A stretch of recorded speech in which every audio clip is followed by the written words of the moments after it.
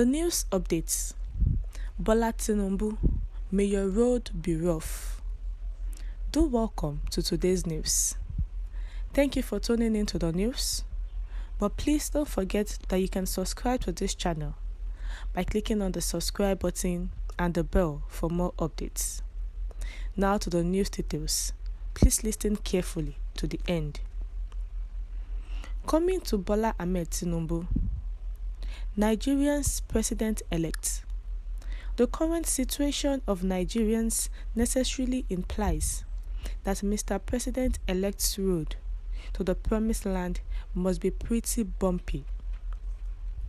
In the choice of a fitting title for this piece, the late Professor Tai Solarin, one of Nigerians' foremost educators and social activists, readily came to mind. May the labor of our heroes past not be in vain. That said, the title of the write-up suggests an overview of an anticipated journey, and it's not necessarily a bad thing. Metaphorically, a rough road suggests an onerous means of achieving arduous set goals.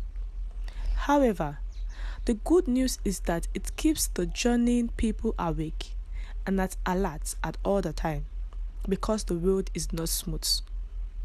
Coming to Bola Ahmed Tinubu, Nigeria's president-elect, the current situation of Nigerians necessarily implies that Mr. President-elect's road to the promised land must be pretty bumpy.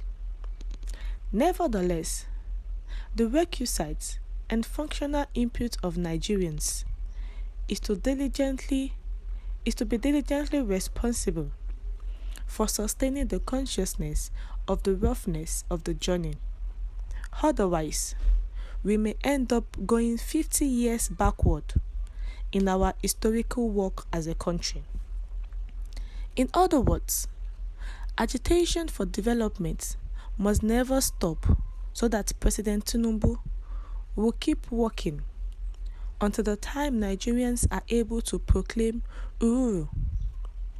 But if Nigerians find some palliative solutions and they relax prematurely, the aftermath may be a monumental disaster of sorts, and the leader after Tinubu may not have the dexterity and the determination of the Jagaban of Bogu. Yes, the roughness of Tinubu's road is one which will make Nigerian society to be development conscious. This is no doubt will make it to be demanding for development within the ambit of the law and availability of resources. Otherwise, there won't be growth. People can only grow when they are able to conceptualize the vision and the type of development they want. Take, for instance, when the late Martin Luther King Jr. said he had a dream. He was envisaging a utopian situation which even the Ralph Abernathy and Bayard Rustins of the struggle never believed could ever come to fruition. It is instructive to note that, till date, no mortal has rivaled the relevance of King's "I Have a Dream" speech of August 28, 1963. So it's good to say, may Bola Tinubu's road be rough. Well, that doesn't mean that people should unreasonably, in an unrestrained profile, trouble his government. Since development thrives in an atmosphere of peace, agitations should become violent ventures or exaggerated clamors for desires that are not reliable. In 10 years, Nigerians need not engage or burden Tinubu's government with reckless agitations or bigger arguments that are only drenched in sheer sophistry.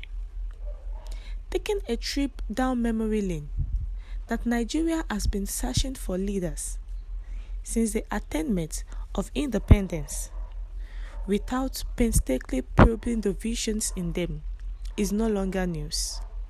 For instance, the thinking of Abubakar Tafawa Balewa when he became Nigerian's prime minister wasn't how to develop the entire country.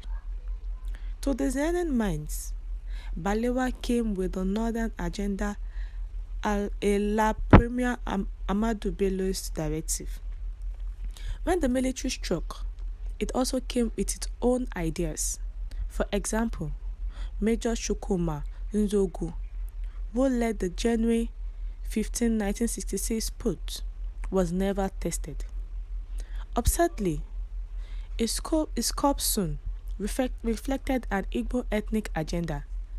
Somewhere, somehow, Çøursé Aguiyi Ironsi showed up and became the head of state.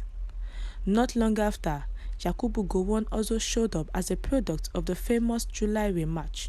A northerner, he too subscribed to the Northern Agenda. Let Tinubu also know that, at this stage, in Nigeria's checkered history, she cannot afford to be timid among the community of nations. Going forward thereof, their fatherland must define its interests internationally and pursue same unapologetically. So do the developed and serious developing nations. So all it needs now is focus, and God will help him. May the Lamb of God, who takes away the sin of the world, grant us peace in Nigeria. The president-elect, who a writer wrote that may his road be rough, but telling Nigerians not to make agitations violent, not to make the Asiwaju Bola Ahmed Tinubu's regime difficult for him. Although his roads will be rough, but Nigerians need to make sure there is peace, embrace peace and order in the state, in the nations, as he has a lot of things to do. What's your take concerning this? Kindly share your comments in the comment section. Thank you.